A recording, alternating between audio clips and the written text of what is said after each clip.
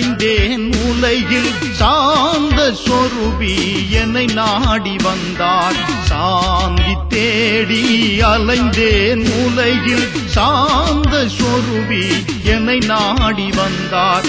மாந்தருக்கெல்லாம் சாந்தி வழங்கும், மாந்தருக்கெல்லாம் சாந்தி வழங்கும் மாதேவன் இயேசு பாதம் பணிந்தேன். சாந்தி தேடி அலைந்தேன் உலகில் சாந்த சொரூபி என்னை நாடி வந்தார்.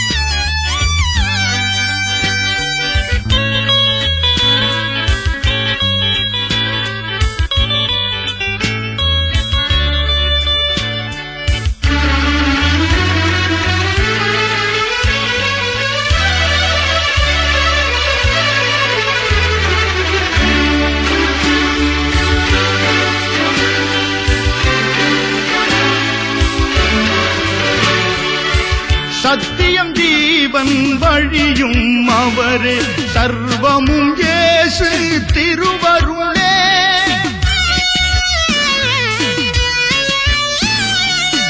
சத்தியம் ஜீவன் வழியும் அவரே, சர்வமும் இயேசு திருவருளே. உத்தமர் இயேசுவின் நாமத்தை வாயால் உச்சரித்தாலே உள்ளத்தில் சாந்தி. சாந்தி தேடி அலைந்தேன் உலகில் சாந்த சொரூபி என்னை நாடி வந்தார். மாந்தருக்கெல்லாம் சாந்தி வழங்கும், மாந்தருக்கெல்லாம் சாந்தி வழங்கும் மாதேவன் இயேசு பாதம் பணிந்தேன். சாந்தி தேடி அலைந்தேன் உலகில் சாந்த சொரூபி என்னை நாடி வந்தார்.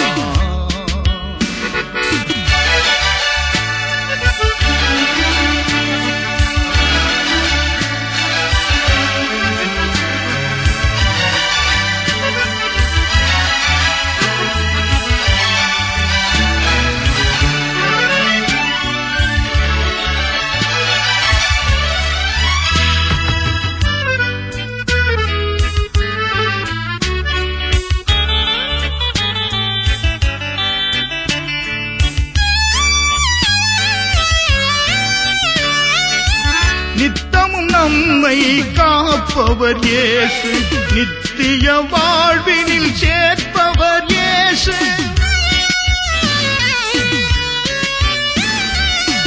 நித்தமும் நம்மை காப்பவர் இயேசு, நித்திய வாழ்வினில் சேர்ப்பவர் இயேசு. கர்த்தராம் இயேசுவின் சிலுவை காட்சியை கண்களால் கண்டே இதயத்தில் சாந்தி. சாந்தி தேடி அலைந்தேன் உலகில் சாந்த சொரூபி என்னை நாடி வந்தார். மாந்தருக்கெல்லாம் சாந்தி வழங்கும், மாந்தருக்கெல்லாம் சாந்தி வழங்கும் மாதேவன் இயேசு பாதம் பணிந்தேன். சாந்தி தேடி அலைந்தேன் உலகில் சாந்த சொரூபி என்னை நாடி வந்தார்.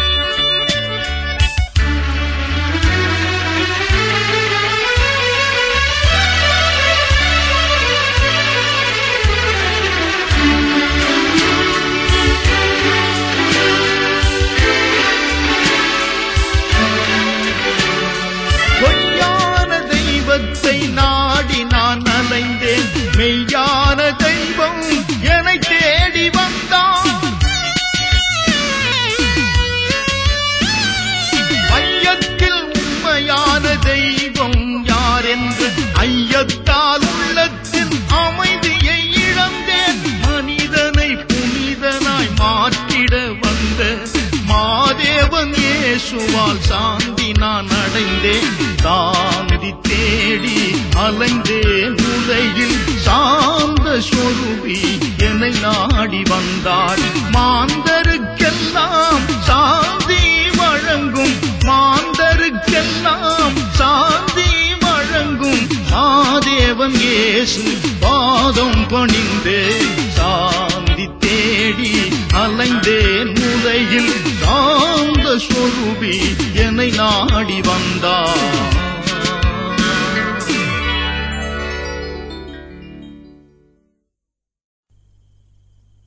ரெண்டு நாளாகமும் 20ஆம் அதிகாரம் 29வது வசனம். 2 நாளாகமும் 20ஆம் அதிகாரம் 29வது வசனம்.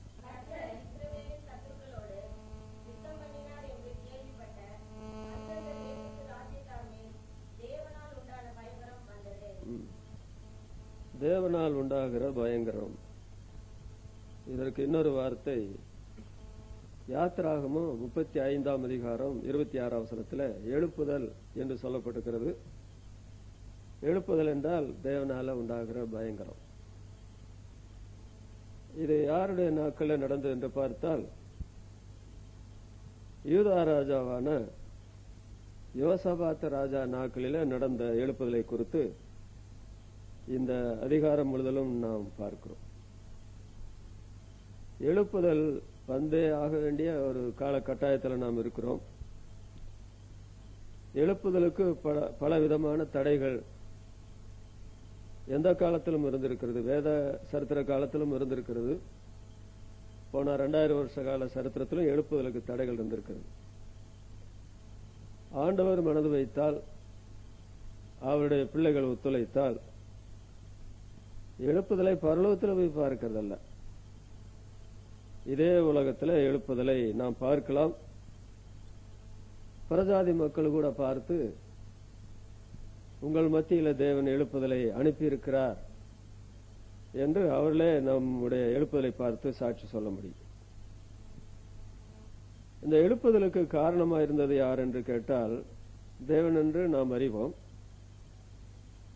அதே சமயத்தில் சத்துருக்கள் வரவில்லை என்றால்,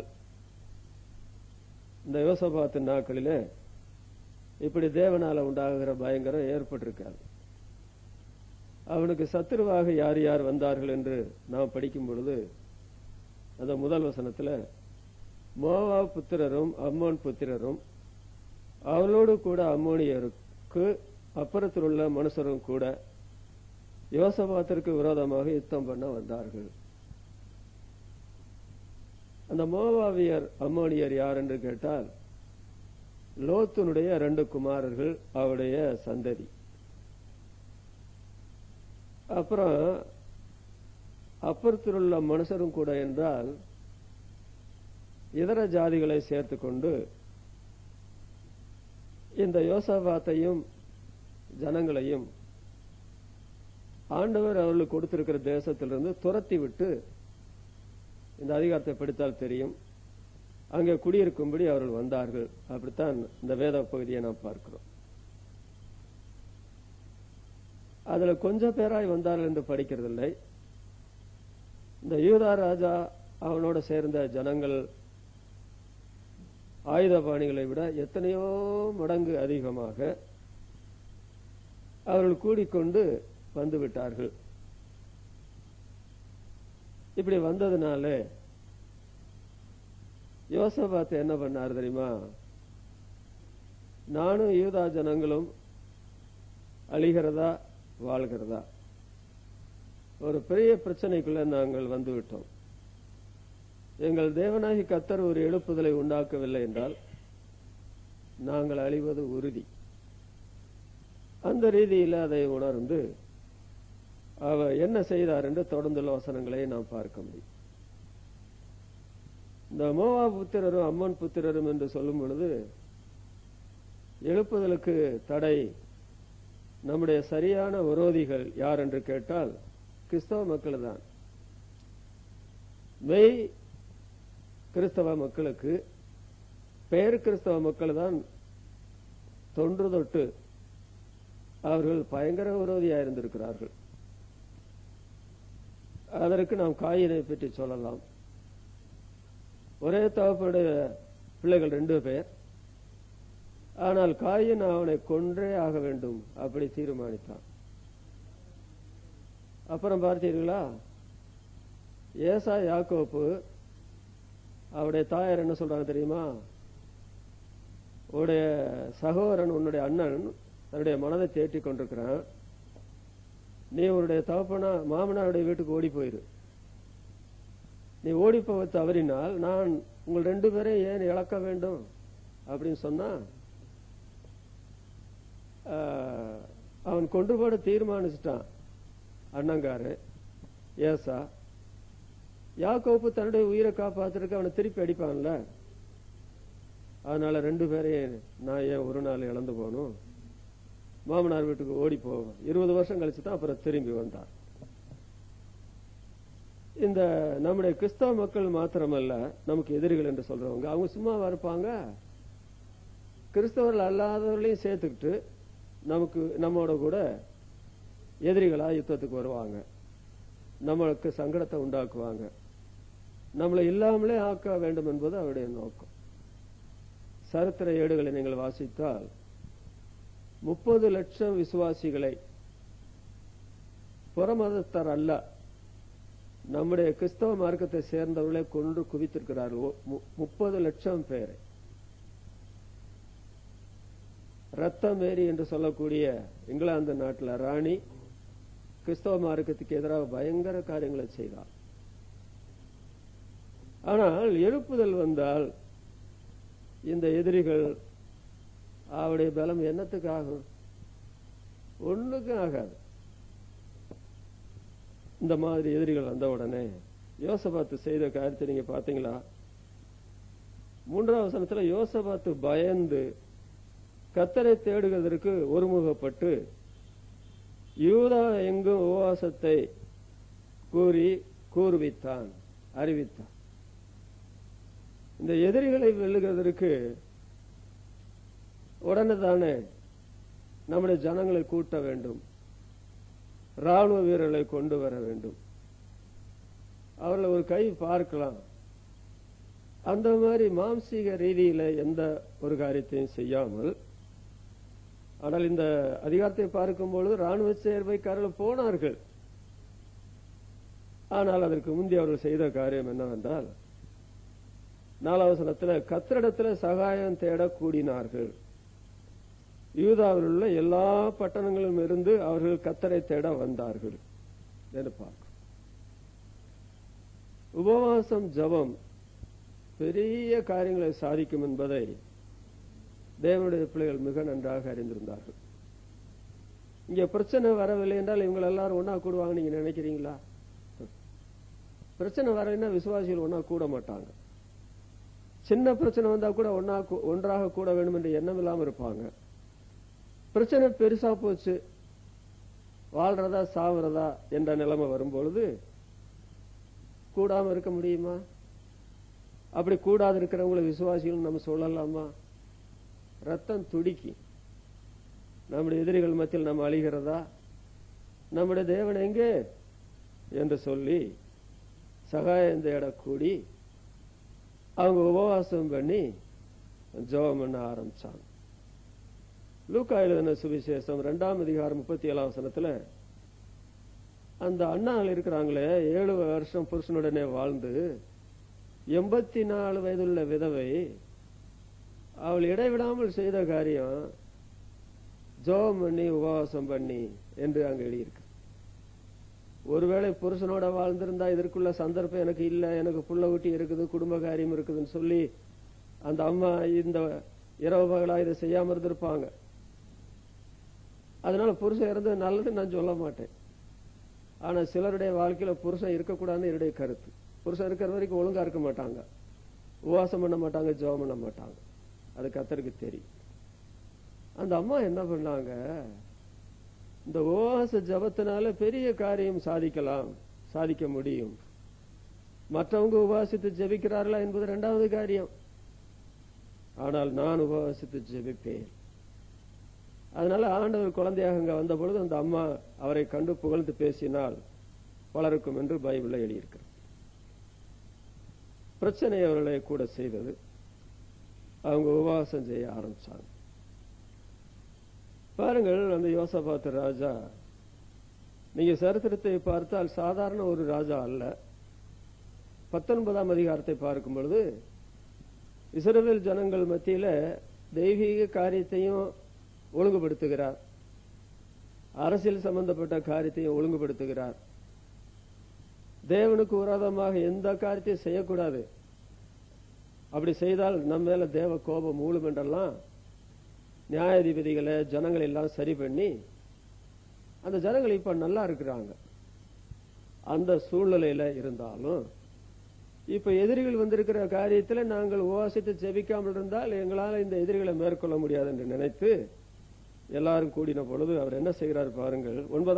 5ஆம் வசனத்துல, யூதா ஜனங்களும் எருசலேமியரும் கூடின சபையில யோசபாத் நின்று, அந்த ஆலய முகப்பில் அவர் நிற்கிறார். 13ஆம் வசனத்தில் வாசிக்கும்போது, அப்பொழுது கர்த்தருக்கு முன்பாக நின்றார்கள் அப்படின்னு சொல்லி வாசிக்கும். அவன் நின்றான். யாரு? யோசபாத் ராஜா. ஜனங்கள் எல்லாரும் நின்றார்கள். இப்ப எங்களால உட்காரக்கூட மனசு இல்லை, உட்காரக்கூட முடியாது. இந்த சில வேளைகளை நிற்கிற நிலம் என்று சொல்லுகிறது தாழ்மையினுடைய ஒரு குணம் என்று நாம் சொல்ல வேண்டும். சிலர் நிக்க விரும்ப மாட்டாங்க, உட்காரத்தான் விரும்புவாங்க. ராஜா நிக்கிறாரு, ஜனங்கள் எல்லாம் நிக்கிறாங்க. அப்போ ஜனங்களுடைய சார்பில் யோசபாத் ராஜா ஒரு நீண்ட ஜபம், ஒரு அருமையான ஜபம், ஆண்டவரையே அசைக்கிற, அவருடைய மனதை உருக பண்ணுகிற ஒரு ஜபத்தை அவர் செய்ததை நாம் இந்த அதிகாரத்தில் பார்க்கிறோம். ஒருவரும் உம்மோட எதிர்க்க கூடாது. இவங்க எல்லாரும் என்ன செய்யறாங்க? நாங்க உம்மை நம்பி இருக்கிறோம், நீர் எங்கள் மத்தியில் இருக்கிறீர், நீர் இஸ்ரவேலின் ஜெயபலமானவர், ராஜாவின் ஜெய கம்பீரம் எங்கள் மத்தியில உண்டு, எங்களை அழைச்சா உண்மை அழிக்கிறதுக்கு தான் சரி. நீர் எங்களுடைய முற்பிதாக்களை வனாந்தரத்தில் நடத்தி கொண்டு வரும்பொழுது இந்த அம்மோன் புத்திரரும் மோவான் புத்திரரும் அவங்க அனுமதி கேட்ட போது முடியான்னு சொன்னாங்க. அவங்களுக்கு நாங்க ஒரு செயத்தையும் செய்யாம அந்த வழியில போகாம வேறு வழியில நாங்க வந்து சேர்ந்தோம். நாங்க அவங்களுக்கு தீமை செய்யல, ஆனா தீமை செய்த எங்களுக்கு இப்ப நன்மை செய்த எங்களுக்கு இப்ப தீமை செய்ய வர்றாங்க அப்படின்னு சொல்லிட்டு 12ஆம் வசனத்துல, எங்கள் தேவனே, அவர்களை நீர் நியாய்ந்து இருக்க மாட்டீரோ? நாங்க அவர்களை நியாய்ந்திருக்க முடியாது, ஆனால் நாங்கள் செய்ய முடியாத காரியத்தை நீர் செய்வீர் அல்லவா? மனுஷரால கூடாத எல்லாம் தேவனால கூடும் என்று நாங்கள் படித்திருக்கிறோமே, எங்களுடைய முற்பிதாக்கள் சொல்லி இருக்கிறாங்களே அப்படின்னு சொல்லிட்டு, எங்களுக்கு விரோதமாக வந்த இந்த ஏராளமான கூட்டத்திற்கு முன்பாக நிற்க எங்களுக்கு பலன் இல்லை, நாங்கள் செய்ய வேண்டியது என்னதென்று எங்களுக்கு தெரியவில்லை, ஆகையால் எங்கள் கண்கள் உண்மையே நோக்கி கொண்டிருக்கிறது. என்ன ஒரு தாழ்மையான அறிக்கை பார்த்தீங்களா? இப்படி போய் மற்றவங்கிட்ட சொன்னா மற்றவங்க என்ன நினைப்பாங்க? ஏன் நீங்க விசுவாசின்னு சொல்றீங்க, சத்தியம் படிச்சோன்னு சொல்றீங்க, எதிரிகள் மத்தியில நிற்க பலனில்லைன்னு சொல்றீங்களே, செய்வது என்னதென்று தெரியவில்லைன்னு சொல்றாங்க, இது உங்களுக்கு அவமானம் இல்லையா, வெக்கமா இல்லையா அப்படி சொல்றதுக்கு? அப்படி எதிரிகள் சொல்லியிருப்பாங்க. ஆனால் கர்த்தர் அப்படி சொல்ல மாட்டாரு, உண்மையைத்தான் சொல்றாரு. யோசபாத்து ராஜாவா இருந்தாலும், ஒரு ஆவிக்குரிய தெய்வீக மனுஷனா இருந்தாலும், இஸ்ரவேல் ஜனங்கள் தேவனால தெரிந்து கொள்ளப்பட்ட ஜனங்களா இருந்தாலும், அவருடைய முற்பிதாக்குடைய சரித்திரத்தை அவரும் இஸ்ரவேல் ஜனங்கள் அறிந்திருந்தார்கள். யோசுவா ஒரு இடத்துல தோல்வி அடைந்தது தவிர மற்ற எந்த இடத்துல இஸ்ரவேல் ஜனங்கள் தோல்வி அடைந்த வரலாறு கிடையாது. என்றாலும் இப்ப பார்த்தா எக்கச்சக்கமான எதிரிகள் வந்திருக்கிறாங்களே, எங்களுக்கு நிற்கவே முடியாது. எதிரிகள் மத்தியில் உமக்கு முன்னால நாங்க நிக்கலாம், ஆனா எதிரிகள் மத்தியில் நிற்க முடியாது. என்ன செய்யறன்னு தெரியலையே அப்படி சொல்லி உண்மையாகவே அவர் அறிக்கையிடுறார். நாம் என்ன வாசிக்கிறது தெரியுமா? யாக்கோபு நிறுவம் 4ஆம் அதிகாரம் 10ஆம் வசனத்துல, கர்த்தருக்கு முன்பாக தாழ்மைப்படுங்கள் அப்படின்னு எழுதி. யாருக்கு முன்னால தாழ்மைப்படணும்? கர்த்தருக்கு முன்னால. அப்புறம் 1 பேதுரு 5ஆம் அதிகாரம் 5ஆம் வசனம் 6ஆம் வசனம் படிக்கும் பொழுது, பெருமை உள்ளவர்களுக்கு தேவன் ஏத்து நிற்கிறார். யாரு பெருமைப்படுகிறவர்களா இருந்தாலும் சரி, அது உலக மனுஷனோ தேவ மனுஷனோ. பாத்தீங்களா, தாவீது ராஜாவை சும்மா இருக்க மாட்டேன்னு சொல்லி அந்த யோவாபு சொல்றாரு, தேவன் நம்முடைய ராணுவத்துல போர் வீரர்களை அதிகமா பெருக பண்ணுவார், நீர் ஏன் இந்த மாதிரி ஜனத்தை லக்கம் பார்க்கும்படி சொல்றீரு? தடை பண்ணி பார்த்தார். இல்ல, எனக்கு அந்த ஜனங்களுடைய எண்ணிக்கை வேணும் அப்படின்னு கேட்டார். கடைசியில் ஆண்டவர் எவ்வளவு பேரை கொண்டு போட்டார்? 70,000 பேரை கொண்டு போட்டார் என்ற வரலாறு வருது. தன்னையும் தன்னுடைய படபலத்தை நம்பினாங்க தாவீது ராஜா. தேவனுடைய இருதயத்துக்கு ஏற்ற மனுஷன், ஆண்டவர் நஷ்டப்படுத்தினார். இங்க பாருங்க, எங்களுக்கு என்ன செய்கிறதுன்னு தெரியாத நிற்க பலனில்லை என்று சொன்னால் கர்த்தருக்கு முன்னாலே தாழ்மைப்பட்டாங்க. பெருமையுள்ளவர்களுக்கு தேவன் ஏற்றிருக்கிறார், தாழ்மையுள்ளவர்களுக்கு கிருபை அளிக்கிறான்னு எழுதியிருக்கு இல்லையா? ஆண்டவரே, எங்களுக்கு உம்முடைய கிருபை வேணும். அடுத்த வசனத்துல, தேவன் ஏற்ற காலத்திலே உங்களை உயர்த்தும்படி அவருடைய பலத்த கரத்துக்குள்ளே அடங்கியிருங்கள். அப்படித்தான் பேதுரு 5ஆம் அதிகாரம் 6ஆம் வசனத்துல சொல்றார். அவருடைய பலத்த கரத்துக்குள்ள அடங்கியிருங்கள், ஏற்ற காலத்துல தேவன் உங்களை உயர்த்தும்படி. அப்ப கர்த்தருக்கு முன்னால தாழ்மைப்பட்டாங்க, பெருமைப்பட ஒண்ணுமே இல்லை, அவருடைய பலத்த கரத்துக்குள்ள அடங்கி இருந்தாங்க. என்ன நடந்து தெரியுமா? பிரச்சனை அவர்களை கூட செய்யறது. அவங்க உபவாச ஜெபம் பண்ணாங்க, அவங்க தங்களை தாழ்த்தினாங்க. அவங்க சார்பில் அப்படிப்பட்ட ஒரு தாழ்மையான ஜெபத்தை செய்கிறார். அப்படி நடந்த சமயத்தில் 14ஆம் வசனத்தை பாருங்கள்.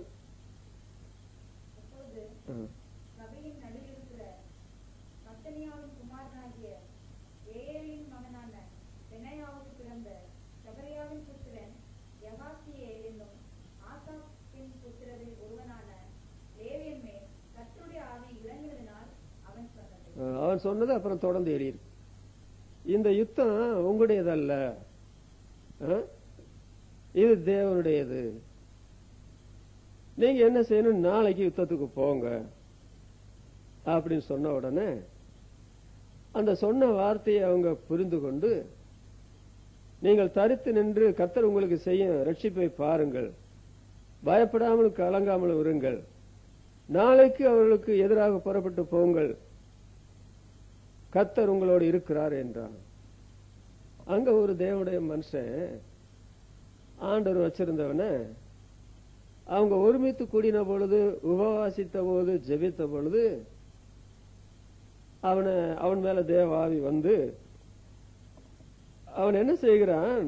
அந்த ஜனங்களை, உங்களுக்கு பலன் இல்லைன்னு தான் இன்னைக்கு சொல்றீங்க, என்ன வழி செய்கிற வழி எப்படி செய்யறது உங்களுக்கு வளங்களைன்னு தான் நீங்க சொல்றீங்க, கர்த்தர் உங்களோடு இருக்கிறார், இந்த யுத்தம் உங்களுடையதல்ல, அது தேவனுடையது, நாளைக்கு நீங்க புறப்பட்டு போங்க, நீங்க என்ன செய்ய வேணும்? தரித்து நின்று கர்த்தர் உங்களுக்கு செய்கிற ரட்சிப்பை பாருங்க, பயப்பட வேண்டாம், கலங்க வேண்டாம் என்று அவர்கள் மத்தியிலே இருந்த ஒருவனை கர்த்தர் பயன்படுத்தி அந்த மக்களை தைரியப்படுத்துகிறார். நாம் என்ன வாசிக்கிறோம்? அப்போஸ்தலர் நடபடிகள் 7ஆம் அதிகாரம் 38ஆம் வசனத்துல மோசேயை குறித்து, அவன் சபைக்குள் இருந்தவனும் நமக்கு கொடுக்கும்படி ஜீவ வாக்கியங்களை பெற்றுக் கொண்டவனும், அதற்கு முந்தி சில வசனங்களுக்கு முந்தி நீங்கள் வாசித்தால் அற்புத அடையாளங்கள் செய்தவனும், சிறு திரும்பும் பல்குத்த உதவும் என்று ஒரு பழமொழி சொல்லுவாங்க உலகத்துல. தேவனுடைய பிள்ளைகள் யாரும் கர்த்தருடைய சபையில் இருக்கும்போது அவர்கள் அற்பமானவர்கள், உபயமற்றவர்கள் என்று நாம் எண்ண முடியாது. இந்த சொல்லப்பட்ட இந்த மனுஷனை பற்றி ரொம்ப பேருக்கு தெரியுமோ தெரியாது இஸ்ரவேல்ல. ஆனா அன்றைக்கு எல்லாருக்கும் தெரிஞ்சு போச்சு, ஆண்டவர் இவனை உபயோகப்படுத்தி சமயத்துல நமக்கு செய்தி சொல்லுகிறார், அந்த செய்தியை நாம் அப்படியே கேட்டு ஏற்றுக்கொள்ள வேண்டும் என்ற நிலைமையில எதிர்ப்புகள் மத்தியில அவங்க பயந்தாங்க, திடனற்றவங்களா இருந்தாங்க. இந்த தேவனுடைய மனுஷன் ஒருத்தன் மூலமா கர்த்தர் செய்தி சொன்ன பொழுது, நாளைக்கா அப்படி சொல்லி அப்புறம் என்ன செய்தாள்ன்றத நான் பின்னால நாம் சிந்திக்கலாம். அப்போஸ்தலர் நடவடிக்கைகள் 13ஆம் அதிகாரம் 44ஆம் வசனத்தை நீங்கள் பார்த்தால், பட்டணத்தார் அனைவரும் தேவனுடைய வசனத்தை கேட்கும்படி கூடி வந்தார்கள் என்று எழுதியிருக்கு. முதல் முறை பவுல் அப்போஸ்தலர் அங்க போய் பிரசங்கம் பண்ணார். அப்பவே சொன்னாங்க, நீங்க அடுத்த வாரம் இங்க வரணும், நாங்க இன்னொரு முறை கூட தேவனுடைய வசனத்தை கேட்கணும்னு சொல்லி இருந்தாங்க. பவுலும் சீலாவும் 2வது முறை அங்க வந்தாங்க. பட்டணத்தார் அனைவரும் கர்த்தருடைய வசனத்தை கேட்கும்படி கூடி வந்தார்கள். இன்றைக்கு நாம் இருக்கிற இடங்கள்ல விசுவாசிகள் கர்த்தருடைய வசனத்தை கேட்கும்படி கூடி வருகிறார்களா என்பதே ஒரு கேள்வியாத்தான் இருக்கு. அப்புறம் உலக மக்கள் எப்படி நம்முடைய மாதிரியை பார்த்து அவங்க கர்த்தருடைய வசனத்தை கேட்கும்படி கூடி வருவாங்க? எழுப்புதல் வர வேண்டும் என்றால் விசுவாசிகளாய் மாற்றப்பட்டவர்களும் கூட, கர்த்தருடைய வசனத்தை அறிந்தவர்களும் கூட வசனத்தை கேட்க வேண்டும் என்ற தாக்கத்தோடு வாஞ்சையோடு நாம் தேவ சமூகத்தில் வந்தால் ஆண்டவர் எழுப்புதலை தருவதற்குள்ள உறுதியை கட்டளையிடுவார். வசனத்தை கேட்க ஆசை இல்லாத மக்கள் மத்தியில, கர்த்தருடைய சபையில கூடி உபவாசித்து ஜெபம் பண்ணுகிறதற்கு தங்களை ஒப்புக் கொடுக்காத மக்கள் மத்தியில, ஜெபத்திற்காக நேரம் செலவிட மனதற்ற மக்கள் மத்தியில கர்த்தரை எழுப்புதலை அனுப்ப முடியுமா? எழுப்புதலுக்கு தடை பிசாசு கிடையாது, எழுப்புதலுக்கு தடை எதிரிகள் கிடையாது. எழுப்புதலுக்கு தடை யார் தெரியுமா? நீங்களும் நானும் தான். இந்த யோசபாத்து காலத்துல செய்ததை போல நாம் எல்லாரும் கூட முடியுமா? நாம் எல்லாரும் உபவாசித்து ஜெபம் பண்ண முடியுமா? எல்லாரும் கர்த்தருடைய வசனத்தை கேட்க வேண்டிய கேட்க முடியுமா? நம்மை புழுதி மட்டும் தாழ்த்த முடியுமா? நமக்கு பலனில்லை என்று சொல்ல முடியுமா? செய்கிறது என்னதென்று தெரியவில்லை என்று அந்த நிலைமை நம்மை தாழ்த்த முடியுமா? அதனால கர்த்தர் அந்த மக்களுடைய உள்ளான வாஞ்சையை பார்த்து, தாகமுள்ளவன் மேல் தண்ணீரையும் வறண்ட நிலத்தின் மேலே நாறுகளை ஊற்றுவேன் என்று சொன்ன ஆண்டவர் திட்டமும் தெளிவுமாக அவரிடத்துல பேச ஆரம்பித்தார். இதனால என்ன ஏற்பட்ட தெரியுமா? அவங்க உபவாசித்து ஜெபம் பண்ணி அப்புறம் இந்த கர்த்தருடைய வசனத்தை ஒருவன் மூலமாய் கேட்ட பொழுது அவர்களுக்கு விசுவாசமும் நம்பிக்கையும் வந்தது. அதற்கு முந்தி அவங்களுடைய விசுவாச நம்பிக்கை தள்ளாடினது. அதனாலதான் பயந்தாங்க. அதனாலதான் அவங்க உபவாசித்து ஜெபிக்கிறதுக்கு ஒருமனப்பட வேண்டியதா இருந்தது, தங்களை புழுதி மட்டும் தாழ்த்த வேண்டியதா இருந்தது. ஆனால் இவர்கள் ஜெபித்து உபவாசித்த பிற்பாடு கர்த்தருடைய வசனத்தை கர்த்தருடைய வசனமாய் கேட்ட பிற்பாடு அவர்களுக்கு என்ன வந்தது தெரியுமா? விசுவாசம் நம்பிக்கையே வந்தது என்பதை பின்னால் உள்ள வசனங்களை நான் பார்க்க முடியும். பாருங்கள், இந்த 20ஆம் அதிகாரத்துல யோசபாத்து அந்த ஜனங்களை பார்த்து என்ன சொல்றாரு பாத்தீங்களா? 20ஆம் வசனத்துல வாசிங்க.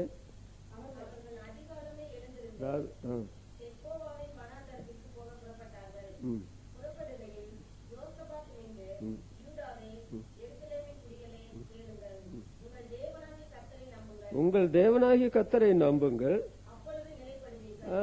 கர்த்தரை நம்பினாத்தான் நீங்க நிலைப்படுவீங்க. அவருடைய தீர்க்க தரிசிகளை நம்புங்கள். 2 நம்பிக்கையை பற்றி யோசபாத்து சொல்றார். சில வேளைகள்ல இந்த பைபிளை நம்ம ஒழுங்கா படிக்காம மெத்த படிச்ச மேதாவி மாதிரி நாம நினைத்துக் கொள்கிற காரியம் என்னவென்றால், கர்த்தரை நம்பினா போதுங்க, அதனால நம்ம நிலப்பட்டுருவோம். அவருடைய தீர்க்க தரிசிகளை ஏன் நம்பணும்? அவருடைய ஊழியக்காரர்களை ஏன் நம்பணும்? நாங்க கர்த்தரை மதிப்போம், அந்த அளவுக்கு ஊழியக்காரங்களை மதிக்க மாட்டோம். இதுதாங்க இன்றைக்கு நம்முடைய சபைகளை எழுப்புதல் இல்லாமல் போனதுக்கே காரணம். எந்த சபையில இருந்தாலும் சரி, எழுப்புதல் வர வேண்டும் என்றால் செய்ய வேண்டிய காரியம், யூதாவின் புத்திரரே, எருசலேமின் குடிகளே, உங்கள் தேவனாகிய கர்த்தரை நம்புங்கள். இந்த சமயத்தில் அவரை நம்பலைன்னா கதி கிடையாது, அழிகிறது உறுதி.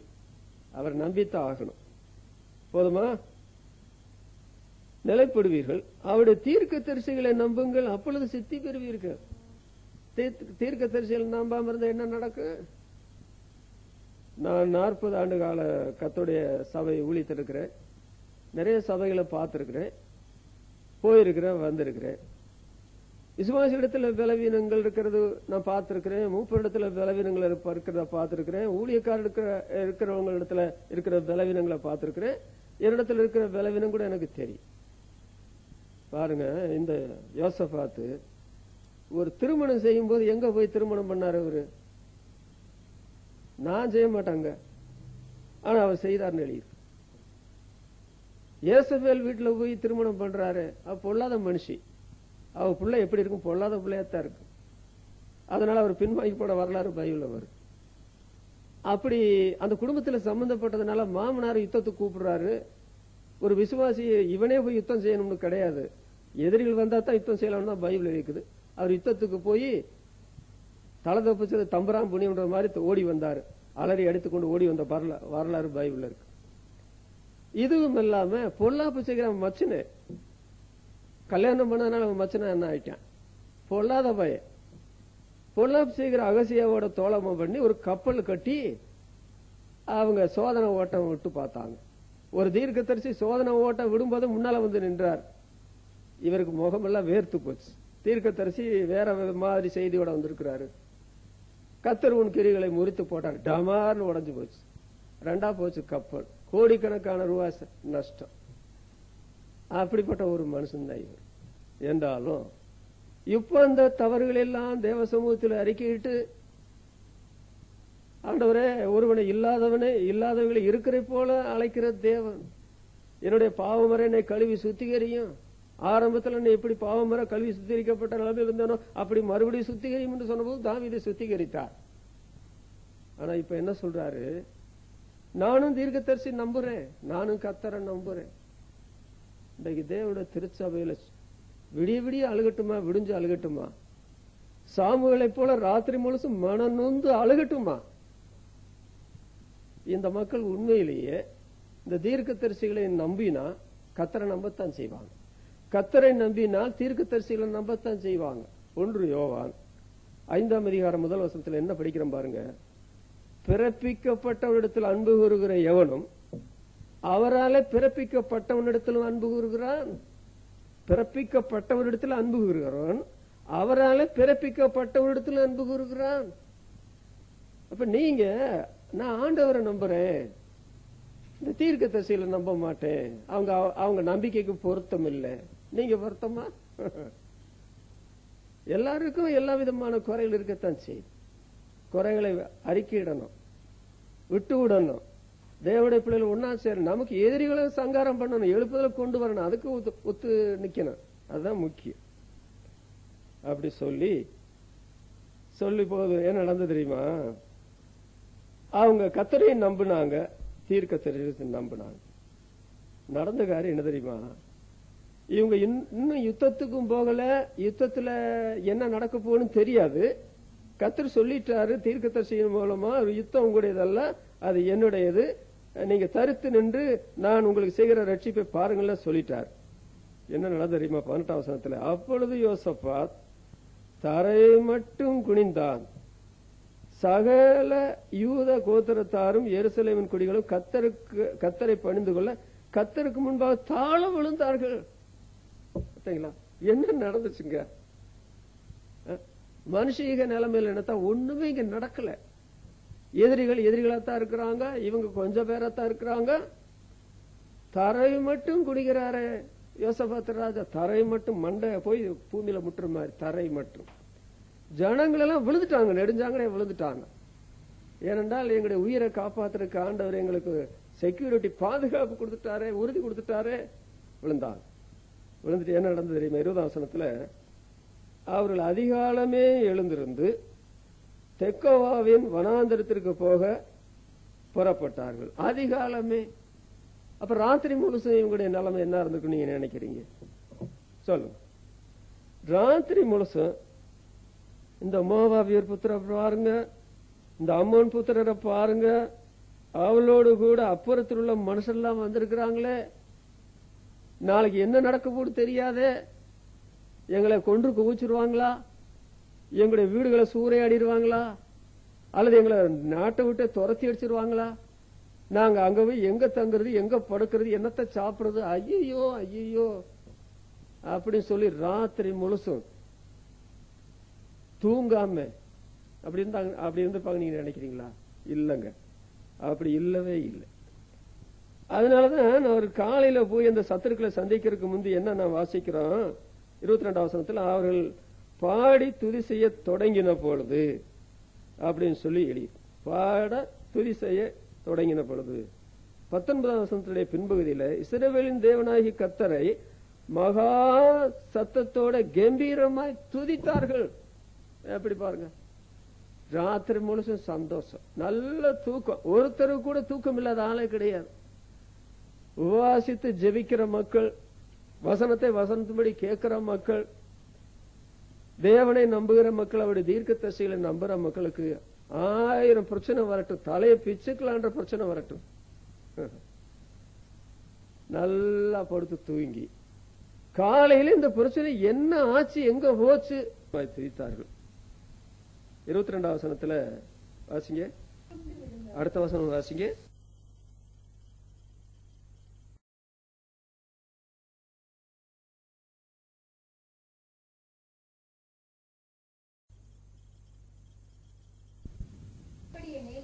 அம்மோன் புத்திரரும் மோவாபியரும் சேயீர் மலை தேச குடிகளை சங்கரிக்கவும் அழிக்கவும் அவர்களுக்கு விரோதமாய் எழும்பினார்கள். சேயீர் குடிகளை அழித்து தீர்ந்த போது தாங்களும் தங்களில் ஒருவரை ஒருவர் அழிக்க தக்க விதமாய் கை கலந்தார்கள். 24ஆம் வசனத்துடைய பின்பகுதியில் ஒருவரும் தப்பவில்லை. அந்த வசனத்தை பாருங்கள், பாடி துதி செய்ய தொடங்கின போது. தேவனுடைய பிள்ளைகளான நாம் கர்த்தரை நம்புவோம் என்றால், கர்த்தர் நமக்காக யுத்தம் செய்வார் என்று நாம் விசுவாசிக்க கூடும் என்றால், தூக்கமும் நஷ்டப்படாது, நம்முடைய பாடல் துதி ஸ்தோத்திரமும் நஷ்டப்படாது. நாம ஒரு காரியமும் போய் எதிரிகள் விஷயத்துல செய்ய வேண்டியதில்லை. ஆண்டவர் என்ன பண்ணா தெரியுமா, அங்க என்ன செய்தாங்க, இவங்க 2 பேரும் சேர்ந்து கூட்டிட்டு வந்த ஆட்களை கொன்று குவிச்சாங்க. அதுக்கு பின்னால இந்த அம்மோன் புத்திரரும் மோவாப் புத்திரர் என்ன பண்ணாங்க, இவங்களும் ஒருவருக்கு ஒரு அதமா ஒருத்தர் எழும்பினாங்க. சர்வ நாசம், ஒரு எதிரிகளுக்கு கூட இல்லை, எல்லாருமே அழிஞ்சு போனாங்க. என்ன நாம் வாசிக்கிறோம் பாத்தீங்களா, 24ஆம் வசனத்துல, யூதா மனுஷர் வனாந்தரத்தில் உள்ள சாம கூட்டாண்டையில வந்து அந்த ஏராளமான கூட்டம் இருக்கும் திக்கை நோக்குகிற போது இதோ அவர்கள் தரையில விழுந்து கிடக்கிற பிரேதங்களாக கண்டார்கள் அப்படின்னு சொல்லி வாசிக்கிறோம். பாத்தீங்களா, 21ஆம் வசனத்துல, துதிக்கவும் ஆயுதம் அணிந்தவர்களுக்கு முன்பாக நடந்து போய் கர்த்தரை துதியுங்கள், அவர் கிருபை என்றும் உள்ளதென்று பாடவும் நிறுத்தினான். அப்ப ஆயுதம் தரித்தவங்களும் போயிருக்கிறாங்க. ஆனால் அந்த ஆயுதத்துக்கு ஒரு வேலையும் இல்லாம அவங்க எல்லாரும் விழுந்து கிடந்தாங்க. இந்த திக்க போய் பார்த்தாங்களோ இல்லையோ, இவங்க யாரும் எதிரிகளை கொல்றதுக்கு ஒரு அவசியம் இல்லாம போயிட்டு. அப்போ தீர்க்கதரிசியின் அந்த தேவனுடைய மனுஷன் மூலமா சொன்னது, யுத்தம் உங்களுடையதல்ல தேவனுடையது, நீங்கள் தரித்து நின்று கர்த்தர் உங்களுக்கு செய்ய ரட்சிப்பு பாருங்க சொன்னது உண்மை அல்லவா? வால்பாறையில சின்ன சபையாரா இருக்கிற நாம ஒரு பெரிய எழுப்புதலை கொண்டு வர முடியுமா? முடியவே முடியாது. ஆனால் விசுவாசிகள் ஒன்றாக மாறிவிட்டால் பாருங்க, அங்க என்ன வாசிக்கிறோம், 3ஆம் வசனத்துல, 20ஆம் அதிகாரம் 3ஆம் வசனம் படிங்க. அப்பொழுது யோசபாத் பயந்து கர்த்தரை தேடுகிறதற்கு ஒருமுகப்பட்டு, அது ரொம்ப முக்கியம். கர்த்தரை தேடுகிறதற்கு ஒருமுகப்பட்டு, போதும் போதும், ஒரு முகம்தான் முக்கியம். ஒருமனப்பட்டு ஒருமுகப்பட்டு. அப்ப நடந்த காரியம். நீங்க இதெல்லாம் செய்யிட்டீங்களா? ஆயுதத்தெல்லாம் அணிஞ்சிட்டு போனீங்களா? போக வேண்டிய இடத்துக்கு போனீங்களா? இருக்கிற இடத்துல இருந்தா சத்துருக்கு அதை விட சந்தோஷம் ஒண்ணுமே கிடையாது. அடிச்சு அழைச்சிரு, ஒரு விசுவாசி கூட இருப்பா, அந்த சபையே இருக்கக்கூடாது, அந்த ஆலயத்தை தவிடுபடியாக்கு. ஆனால் தேவனுடைய பிள்ளைகள் சேர்ந்து ஜெபித்து நம்மை தாழ்த்தி ஆண்டவரை நம்பி அவருடைய தீர்க்கதரிசிகள் சொன்ன வார்த்தைகளை நம்பி புறப்பட்டு போகணும். துதியோட புறப்பட்டு வீட்டை விட்டு வெளியே கிளம்பிடணும், தேசத்தை விட்டு வெளியே போயிடணும். ஆனால் வெளியே போய் பார்த்த பொழுதுதான் இவங்க எந்த யுத்தமும் பண்ணாத நிலைமையில ஆண்டவரே அவர்கள் எல்லாரையும் சங்கரித்து போட்டார். பிற்பாடு நடந்த காரியத்தை நீங்க பாத்தீங்கன்னா, 3 நாட்கள் கொள்ளையிடுறாங்க. அவங்க விட்டு போன பொருள்களை 3 நாள் கொள்ளையிடுறாங்க. 25ஆம் வசனத்துல, அது அவ்வளவு மிகுதியா இருந்தது, கொள்ளையிட்டார்கள் அவ்வளவு மிகுதியா இருந்தது. 4ஆம் நாளில் என்ன செய்தாங்க தெரியுமா?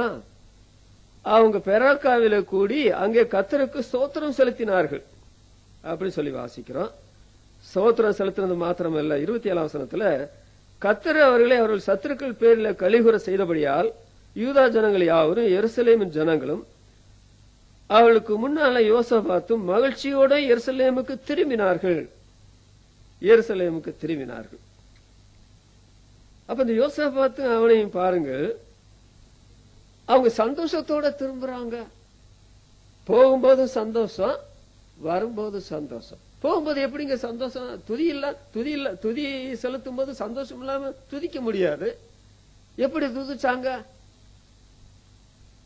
நாம் 1 நாளாகமம் 13ஆம் அதிகாரம் 15ஆம் அதிகாரத்தில் படிக்கும்போது தாவீது ராஜா உடன்படிக்கையை பெட்டியை கொண்டு வருகிற காரியத்தில் தவறு செய்து 13ஆம் அதிகாரத்தில் அவன் துக்கப்பட்டு இந்த பெட்டியை நான் என்னிடத்துல எப்படி கொண்டு வருவேன்?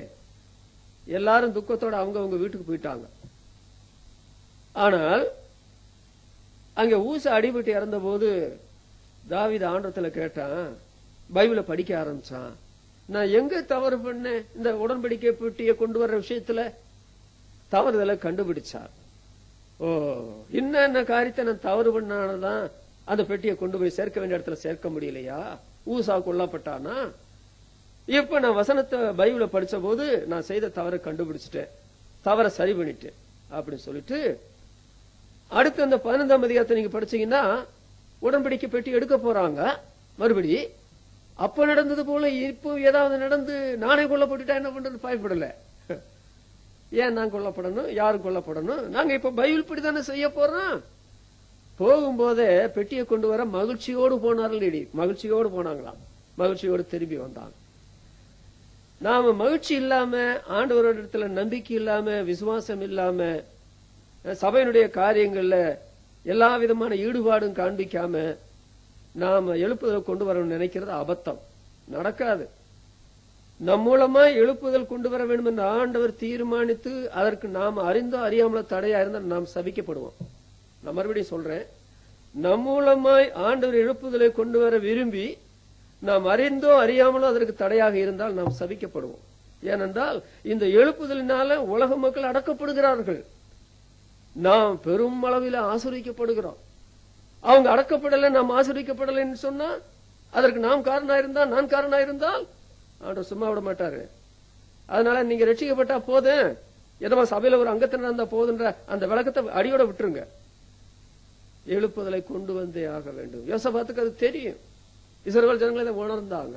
பிரச்சனை அவங்கள நெருக்கிட்டு ஆண்டவரை தேடினாங்க. ஆண்டவர் தென்பட்டார், அவளுக்கு உதவி செய்ய. நீங்க ஒன்றும் செய்ய வேண்டாம், நானே செய்யறேன் அப்படி சொல்லி அப்புறம் 29ஆம் வசனத்துல என்ன வாசிக்கிறோம்? அந்த தேசத்து ராஜ்யத்தார் மேல் தேவனால் உண்டான பயங்கரம் வந்தது. இவ்விதமா தேவன் சுற்றுப்புறத்தாரால் யுத்தமில்லாத இளைப்பாறுதலை அவனுக்கு கட்டளையிட்டதுனாலே யோசபாத்தின் ராஜ்யம் அமெரிக்கையா இருந்தது என்று எழுதி. அப்புறம் பிரச்சனை வருமா? யாராவது இனி இவங்களுக்கு எதிராக செய்யணும்னு சொல்லி நினைச்சாங்கண்டா அவங்க மறக்க மாட்டாங்க. அந்த தெய்வம் மோவாப் புத்திரருக்கு என்ன செய்தார், அம்மன் புத்திரருக்கு என்ன செய்தார், அப்புறத்துள்ள மனுஷருக்கு என்ன செய்தார், ஒருத்தனை கூட விட்டு வைக்கல, அழைச்சே போட்டார். நம்ம மரியாதையா இருக்க வேண்டிய இடத்துல இருந்தானா நம்ம உயிராவது பிழைப்போம், நம்ம தேசமாவது ஒழுங்கா இருக்கும். நாம அங்க போனா உள்ளதும் போச்சு அப்படின்னு நிலைமையில யாருமே அந்த பக்கம் வராம ஒரு பெரிய அமெரிக்கா இருந்தது என்று நாம் பார்க்கிறோம். இன்றைக்கு நம்முடைய இந்தியாவுக்கு தேவை என்ன? இன்றைக்கு இருக்கிற உலகத்துக்கு தேவை என்ன? அதெல்லாம் விடுங்க. நம்ம வால்பாறையில் இருக்கிற 66 எஸ்டேட்ல ஒரு 1 லட்சம், முந்தி 1.5 லட்சம் இருந்தாங்க, இப்ப 1 லட்சம்னே கணக்கு வைங்களேன். இந்த மக்களுக்கு என்ன தேவை? இந்த மக்கள் எழுப்புதலை காண வேண்டாமா? நாம் அந்த எழுப்புதலை கொண்டு வர வேண்டாமா? சொல்லுங்க. எங்களுக்கு இருந்த அடையாளத்தை காணும், நாங்கள் ஒரு ரட்சிப்பையும் தேசத்துல செய்ய மாட்டாது இருக்கிறோம் சொன்னா அது போல அவமானம் நமக்கு என்ன இருக்க முடியும்? அதே போல அவமானம். ஆண்டவர் சொல்லுகிறார், நான் மரித்தேன், சதா காலங்களில் உயிரோடு இருக்கிறேன், நான் வாழ்க்கையின் இளவரசர், நான் ஆதியும் அந்தவுமா இருக்கிறேன், எனக்கு முன்னால யாரும் கிடையாது, எனக்கு பின்னால யாரும் கிடையாது. நான் அல்பாவும் ஒமேகாவுமா இருக்கிறேன். பாஷையே நான் தான். அல்பா ஒமேகான்றது இவரே வார்த்தையுடைய முதலும் கடைசியான வார்த்தை. இவரை தெய்வமா வைத்துக்கொண்டு ஒண்ணு கையாலாகாத மனுஷர்களா இருந்து நம்ம என்ன சபை நடத்தி என்ன நடத்த செய்ய போறோம், ஊழியக்காரன் வந்து என்னத்தை சாதிக்க போறோம். அதனால நம்முடைய சபையா இருந்தாலும் சரி, விசுவாசிகள் கொடுக்கிற எந்த சபையா இருந்தாலும் சரி, எழுப்புதலை கொண்டு வர பாடுபட்டே ஆகணும். அதுக்காக ரத்தம் சிந்தினா கூட பரவாயில்ல. பாவத்துக்கு எதிராக ரத்தம் சிந்துறதை போல எழுப்புதலுக்கு தடையாக இருக்கிற காரியத்துக்காக ரத்தம் சிந்தினால் கூட பரவாயில்லை. அதனால யோசபாத் அந்த மாதிரி செய்ததுனால எதிரிகள் இல்லாம போயிட்டாங்க. நாங்க அழைச்சிருவோம்னு சொன்னவங்க அழிஞ்சு போயிட்டாங்க. நாங்க அழிஞ்சு போயிருவோம்னு சொன்னவங்க நிலைச்சிட்டாங்க. பாத்தீங்களா? ஆகவே இது பழைய ஏற்பாட்டு நாள்களில் நடந்த சரித்திர சம்பவம் இல்லையா? ஆண்டவரே சிலுவையில மரிக்கிறதுக்கு முந்தி பழைய ஏற்பாடுல நடந்த சரித்திர சம்பவம். ஆனால் புதிய ஏற்பாடுல வரும்பொழுது அப்போஸ்தலர் நடவடிக்கையில பாத்தீங்களா, பயங்கரமான எழுப்புதல், பயங்கரமான எழுப்புதல். உலகமெல்லாம் தீ பிடிச்சு இருந்ததுங்க. ஆவிக்கிறிய தீ பிடிச்சு இருந்ததுங்க. பவுல் அப்போஸ்தலர் எல்லா நாடுகளுக்கும் பிரயாணம் பண்ணினார். அந்த எழுப்புதல் சூழலை நீங்க பாத்தீங்களா? ஏறாவது விட்டு வைக்க மாட்டேன் இந்த கிறிஸ்தவ சபையை. சவுல் அப்புறம் பவுலானார். இந்த கிறிஸ்தவ மார்க்கத்தை அழிச்சிருவேன், ஆரம்பத்திலேயே அழிச்சிருவேன். இந்த இடத்துலதான் ஆரம்பிச்சு இந்த இடத்துல அதுக்கு சமாதி வச்சிருவேன். அங்கதான் கட்டுக்கடங்காத நிலைமையில எதிர்ப்புகளும் உபத்திரவங்களும் மத்தியில் நடந்தது. எபிரேயர் 11ஆம் அதிகாரத்துல கடைசி சில வசனங்களை படிச்சீங்கன்னா, அங்கே வாழ்ந்த மக்களுக்கு ஏற்பட்ட பிரச்சனையை பாத்தீங்களா?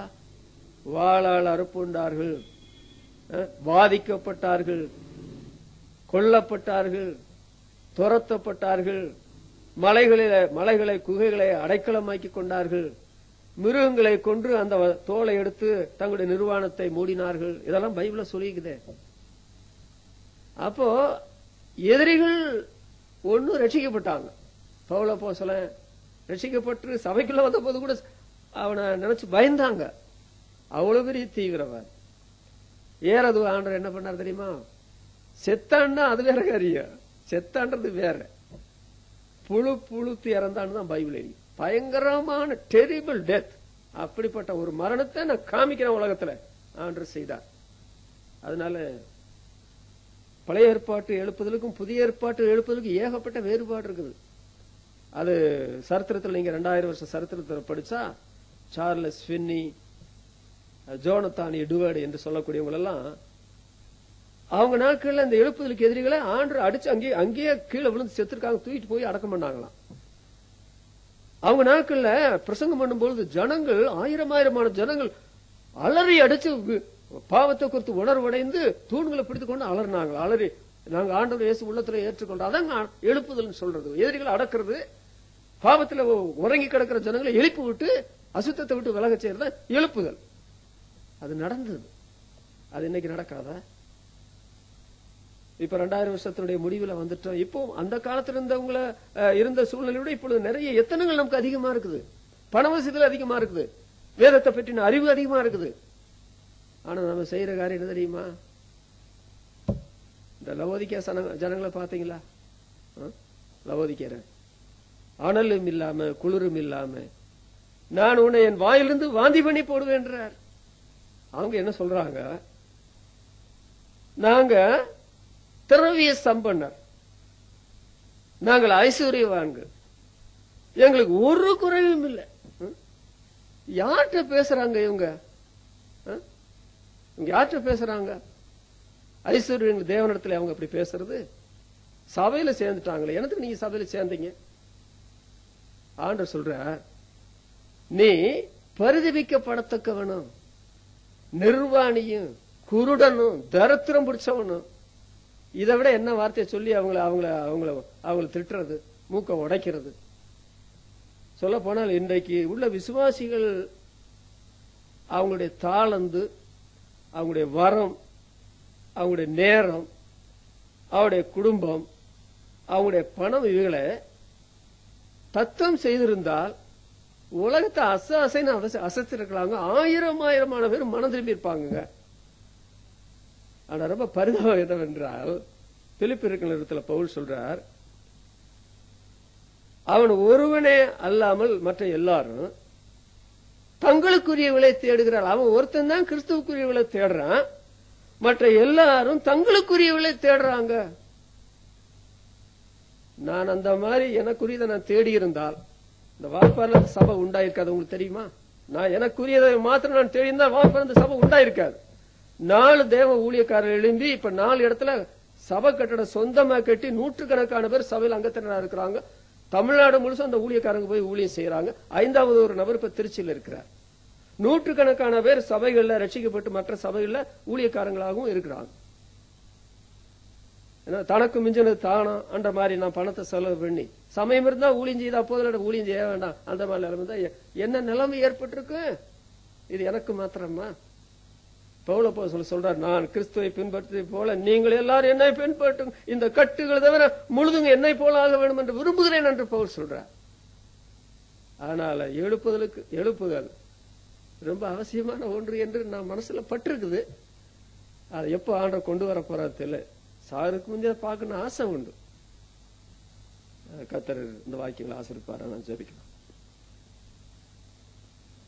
எங்கள் அன்புள்ள பரமபிதாவே, இந்த இரவு நேரத்துக்காக நாளுமே துதிக்கிறோம். தொடர்ந்து வேதபாட கூட்டங்களிலே எழுப்புதல் தேவனால உண்டாகிற பயங்கரம் இந்த சரித்திர சம்பவங்களை படித்துக் கொண்டிருக்கிறோம். பேசுகிறது லகுவு, கேட்கறது கூட லகுவுதான். ஆனால் அதை நடைமுறைப்படுத்துகிறது என்பது அதுல ஏகப்பட்ட பிரச்சனைகள் இருக்கிறது. அதற்கு ஒரு பெரிய தியாகமே நாங்கள் செய்ய வேண்டும். தாவீது செய்ததை போல படுக்கையில ஏறாமல், தூக்கத்தை வரவிடாமல், தேவனுடைய ஆலயத்தை கட்டுகிற விஷயத்துல இருந்து அவர் கட்டி முடித்து அதை கண்டோம் என்றே சங்கீதத்தில் சொல்லப்பட்டிருக்கு. பெரிய குடும்பஸ்தன், அரசியல்ல பெரிய பொறுப்புள்ளவர், மார்க்கத்தில் பல பொறுப்புகள் இருந்தாலும் அந்த தேவனுடைய மனுஷனுக்கு எவ்வளவு பெரிய தியாகம் இருந்தது. மோசே ரட்சிக்கப்பட்ட ஆரம்பத்திலேயே பெரிய தியாகத்தோடு அவர் வந்தார். அவருடைய காலத்தில் எழுப்புதல் நடந்ததே. பவுல் அப்போஸ்தலன் அவர் ரட்சிக்கப்பட்ட ஆரம்பத்தில் எல்லாவற்றையும் விட்டு ஆண்டவருக்கு வந்தார். உலகமெங்கும் சுவிசேஷம் பலம் தருகிறது என்று சொன்னாரே. அதனால நீர் எங்களை ரட்சித்தது மாத்திரமல்ல, எங்களுக்கு வெளிப்படுத்தின சத்தியம் பெரிது ஆண்டவரே. அதனால எழுப்புதலுக்கு நாங்கள் அறியாமல தடையாயிருந்தால் எங்களுக்கு ஐயம். ஏனென்றால் எழுப்புதனால நாங்கள் பாதுகாக்கப்படுகிறோம். எழுப்புதல்னால எதிரிகள் அடக்கப்படுகிறார்கள் அல்லது சங்காரம் பண்ணப்படுகிறார்கள். எழுப்புதலால் அநேக ஆயிரங்கள் ரட்சிக்கப்படுகிறார்கள். அதனால ஆண்டவரே, நீர் எழுப்புதலை கொண்டு வர நீர் எங்கள் எல்லாரையும் நீர் ஆயத்தப்படுத்த வேண்டும் என்று நாங்கள் கெஞ்சி பிரார்த்திக்கிறோம். யோசபாத்து நாட்களில் நடந்த எழுப்புதல், அதற்கு ஆண்டவர் எல்லா காரியத்தையும் செய்தார் என்றாலும் அவருடைய பிள்ளைகள் தங்களுடைய கடமைகளை நிறைவேற்றுவதில் எவ்வளவு கவனமா இருந்தார்கள். அதை இந்த நாட்களில் சபையின் மக்களுக்கு நீ தந்தால் நல்லது. அப்படி செய்யத்தக்கதாக நம்முடைய சமத்துல கெஞ்சி பிரார்த்திக்கிறோம். இப்பொழுது ஜெபித்து கடந்து போறோம். அடுத்த சந்திக்குள்ள காத்துக்கொள்ளும். ஜெபம் கேட்டோம்னா துதிக்கிறோம். மீட்பர் நாமத்துல வேண்டுகிறோம் பிதாவே, ஆமென். என் ஆத்மாவை கர்த்தரை ஸ்தோத்திரி, என் முழு உள்ளமே அவருடைய பரிசுநாமத்தை ஸ்தோத்திரி.